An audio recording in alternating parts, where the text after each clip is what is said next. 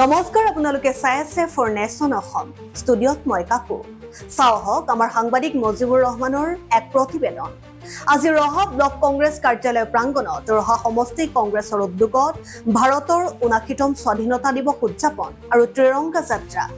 আজিৰ দেশৰ আন ঠাইৰ লগতে ৰহা ব্লক কংগ্ৰেছৰ কাৰ্যালয় প্ৰাংগণত দিনজোৰা কাৰ্যসূচীৰে ভাৰতৰ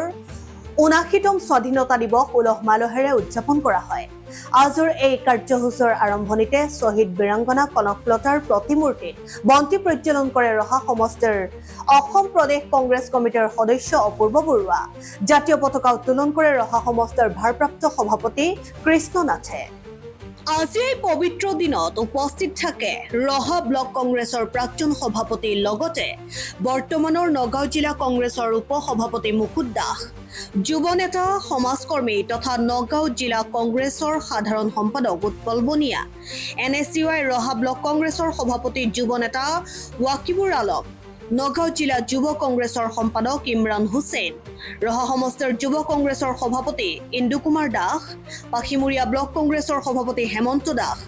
ৰহা ব্লক কংগ্ৰেছৰ কমিটিৰ উপ-সভাপতি খলিলুৰ ৰহমান লগতে সেৱা দলৰ সৈনিক আৰু মহিলা কংগ্ৰেছৰ সদস্যসকল NSUIৰ বিষয়ববীয়াৰ লগতে সদস্যসকল আজি এটা বিশেষ দিন যিটো দিনত আচলতে সমগ্ৰ ভাৰততে স্বাধীনতা দিৱস পালন কৰিছে আৰু এটা দীঘলীয়া পৰিক্ৰম আচলতে ব্ৰিটিছে যি অসমখন অপকৰণ সংস্কৃতি যি কৰিছিলে সেই সকলোবোৰ ওপৰাই আজি দিনটোতে আমাৰ ভাৰতে স্বাধীনতা লাভ কৰিছিলে আৰু এই দিনটোত আমাৰ সমগ্ৰ